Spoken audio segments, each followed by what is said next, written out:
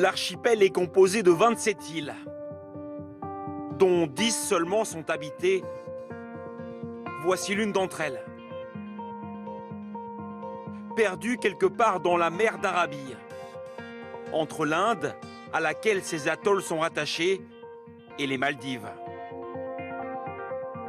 Bienvenue au Lakshadweep, destination quasi inconnue, et pourtant...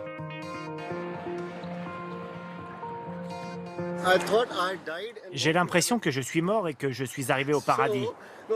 L'eau est émeraude, bleue. C'est fantastique. Azur même. C'est vraiment spectaculaire. Nous profitons de chaque minute ici. Et si ces îles sont si peu connues du grand public, c'est parce que les autorités indiennes en contrôlent strictement l'accès. Il n'y a qu'un vol par jour, de petits avions uniquement.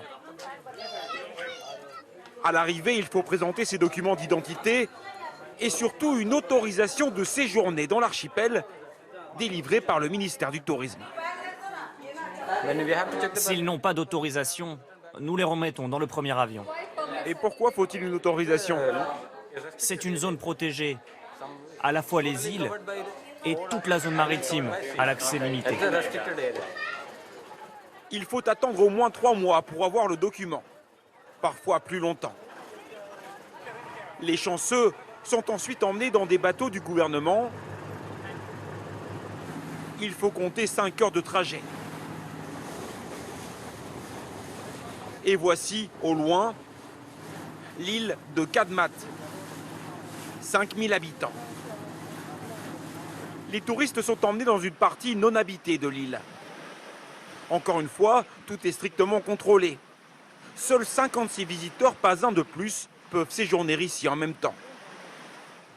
Il y a des cocotiers, des panneaux solaires et quelques bungalows. Voilà tout. La principale activité, c'est l'observation sous-marine.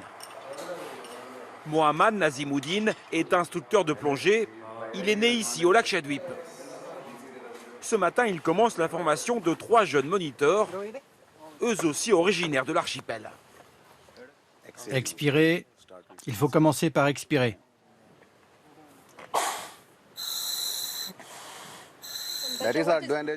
Les moniteurs de plongée locaux ont un grand avantage. Ils connaissent parfaitement l'environnement sous-marin, ils connaissent les spécificités de Lakshadweep et ils sont très impliqués dans ces cours. Car la raison pour laquelle le tourisme est étroitement surveillé ici, c'est que ces îles sont extrêmement fragiles et uniques au monde. Les coraux ne survivraient pas à un afflux de masse. En gros, les îles en elles-mêmes sont faites de coraux, donc il faut protéger la barrière de corail. Le tourisme de masse affecterait énormément notre environnement à cause du plastique et tout deviendrait beaucoup plus pollué. C'est pour cela que nous n'acceptons que de petits groupes de touristes. Ces coraux, tellement fragiles et indispensables pour tout l'archipel, les voici. Ils préservent les îles d'une érosion dévastatrice et ils permettent à la vie sous-marine de se développer. Poissons multicolores, anémones et tortues de mer. Dans une eau à 28 degrés toute l'année.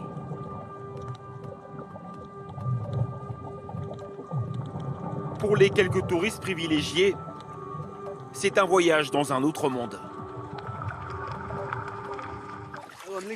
Seul Dieu peut avoir créé quelque chose comme ça. C'est tellement beau, des montagnes de corail. J'étais hypnotisé par toute cette beauté, mais c'était trop court. Les Lakshadweep, paradis protégés et pourtant toujours menacés. Ici, les effets du changement climatique sont concrets. Une des îles de l'archipel a déjà disparu à cause de la montée des eaux il y a quelques années.